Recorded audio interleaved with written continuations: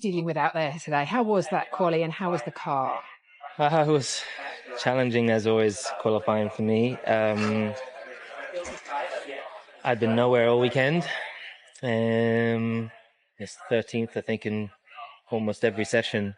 So honestly, I'm grateful to have got to Q3. Lewis Hamilton has revealed that he will be canceling his personal plans following the Saudi Arabian Grand Prix to focus on addressing his performance issues with Ferrari. Hamilton's transition to Ferrari has been far more challenging than anticipated. After his high-profile move from Mercedes, Hamilton has failed to finish higher than 5th in any of the first 5 Grand Prix races of the 2025 season. His best result remains a victory in the Chinese Grand Prix sprint race, which now appears to be an outlier rather than an indication of his potential with the team.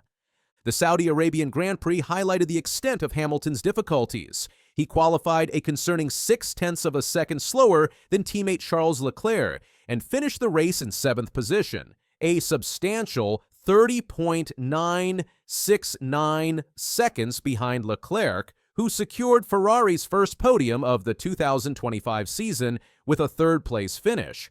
Hamilton's assessment of his performance was direct and concerning. Speaking to DAZ in Spain after the race, he stated, "It was disastrous today in terms of pace. I had no pace at all, as you could see. I had issues with the car. I was expecting a better day. I don't have a week off after this race. I've got a work week. After today, I'll have to cancel some plans."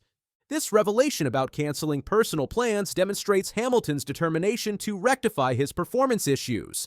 The 2-week gap before the Miami Grand Prix on May 4th was likely intended to provide some respite from the demanding F1 schedule, but Hamilton has chosen to dedicate this time to working with the team. He is expected to visit Ferrari's Maranello factory, where he will work alongside engineers to identify solutions to his ongoing struggles with the SF25 car. His teammate Leclerc confirmed that he will also be at the factory on Tuesday and Wednesday this week, indicating a coordinated team effort to improve performance.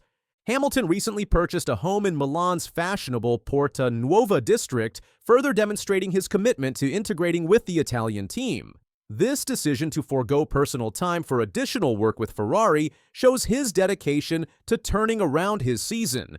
The difference in performance between Hamilton and Leclerc has been notable.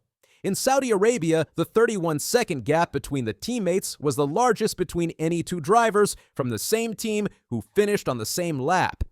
Hamilton currently sits in 7th place in the World Championship standings with 33 points, considerably behind leader Oscar Piastri's 99 points and even Leclerc's 50 points. This disparity is concerning for a driver of Hamilton's caliber and experience. When questioned about the differences between his driving and Leclerc's, Hamilton provided an honest assessment. Bigger or smaller than others. Charles has obviously driven this car for a long time. He has this, the driving style he has works perfect with the car. He loves sliding the rears. He likes a really oversteery car, which is really impressive to see. And also just from the moment we get there at the weekend, he doesn't really change the car a huge amount. They kind of know where to start with from the previous years. I've tried pretty much everything now with the car, so I've learned what does and pretty much doesn't work. And then in terms of the inputs that I put into the car, I'm adjusting those to hopefully start to extract more performance from it. He added, "We do have slightly different setups. I have to look and see whether that setup is the way the car likes to be." He and his side are definitely obviously doing a better job. In qualifying, it's me extracting performance. In the race, I tried everything, and the car just didn't want to go quicker. Perhaps most concerning are Hamilton's own predictions for the remainder of the 2025 season. When asked about his prospects for improvement, Hamilton offered a bleak assessment. "At the moment, there's no fix. This is how it's going to be for the rest of the year. It's going to be painful." He expressed no confidence in finding a solution before the Miami Grand Prix, stating, "I think I'll struggle also in Miami. I don't know how much longer I'll struggle for, but it's definitely painful." Hamilton described his Saudi Arabian Grand Prix experience as horrible with 0 positives, apart from Leclerc's podium finish. He elaborated on his issues with the car. "It was horrible, not enjoyable at all. I was just sliding around, first stint, massive understeer, car not turning, and then massive deg. And in the second stint, slightly better balance, but still just no pace. Pretty bad. When asked if he felt comfortable at any point during the race, Hamilton responded with a definitive, "No, there wasn't 1 second." These statements paint a concerning picture for Hamilton fans who had high expectations for his move to Ferrari. The 7-time champion appears to be in unfamiliar territory, unable to identify specific issues to address in order to improve his performance. Despite Hamilton's struggles, Ferrari team principal Fred Vasseur has expressed unwavering support for the British driver. Vasseur, who previously worked with Hamilton during his championship-winning GP2 season in 2006, stated, "I will be 2,000% behind him.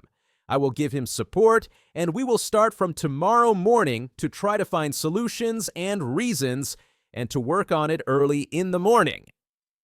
Vasseur dismissed suggestions that Hamilton's form has declined dramatically, stating, "It's not dramatically. We did 5 races so far.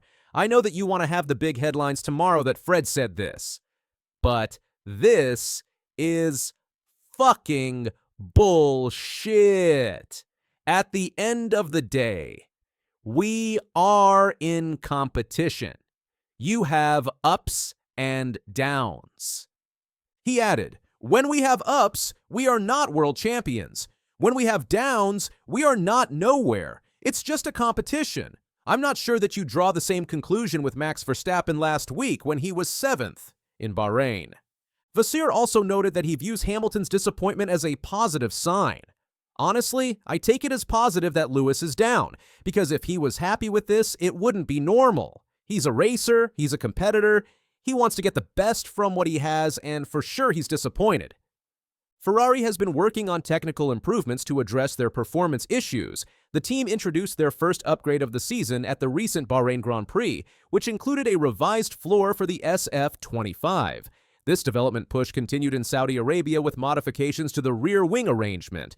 According to reports, Ferrari plans to bring a more substantial upgrade package to the Miami Grand Prix.